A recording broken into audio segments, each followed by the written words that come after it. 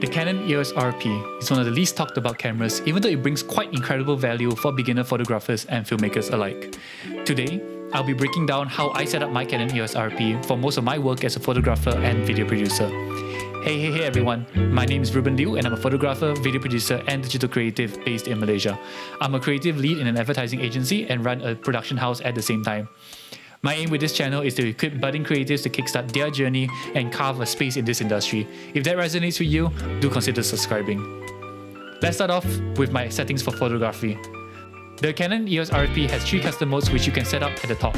Now I'll go through each of my settings for the individual custom modes. I'm a manual shooter, so let's first start by putting the mode down to manual as our base. I'm going to be setting my C1 custom mode for event photography, C2 custom mode for studio or more controlled photography, and C3 custom mode for casual photography. For my event photography settings, I have my white balance set at auto with white priority on. The reason for this is because in an event situation, you don't have the luxury to match white balance on every single shot, especially when there are outdoor and indoor sections. For my picture style, I'm on a custom standard mode with sharpness strength at 4, sharpness fineness at 2, sharpness threshold at 4, and contrast saturation and color tone at 0.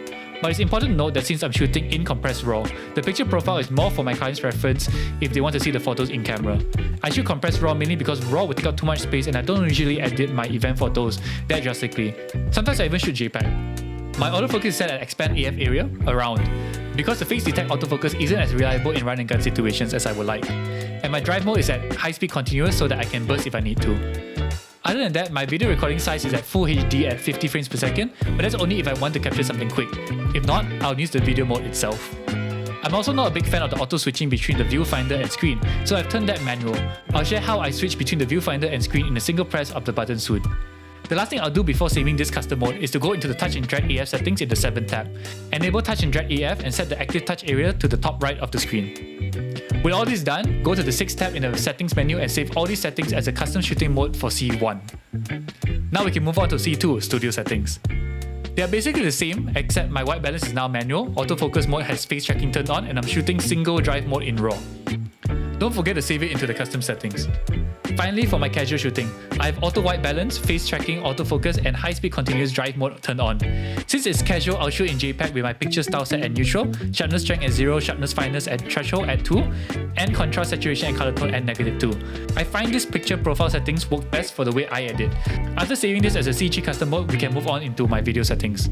For my video settings, I usually shoot at Full HD at 50 frames per second, and since I edit on a 25 frames per second timeline, so I can slow down the footage if I need to.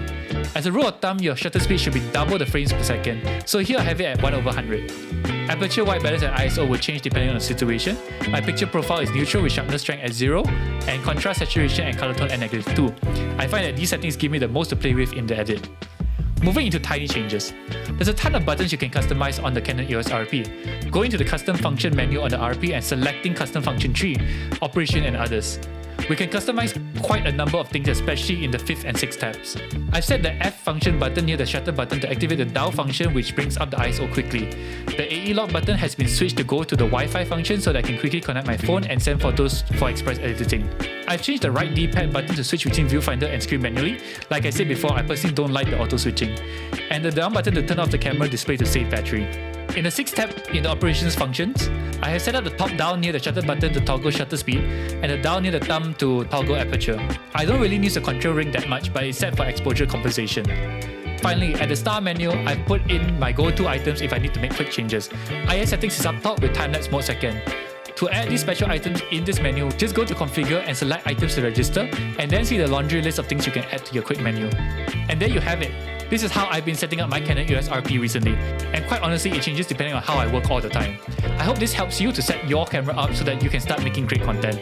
If this video helped you in any way, do consider hitting the like button and subscribing to this channel. If you want to check out other settings videos, you can check them out in the card above. That's all I have for today. I'll catch you guys in the next one. Bye!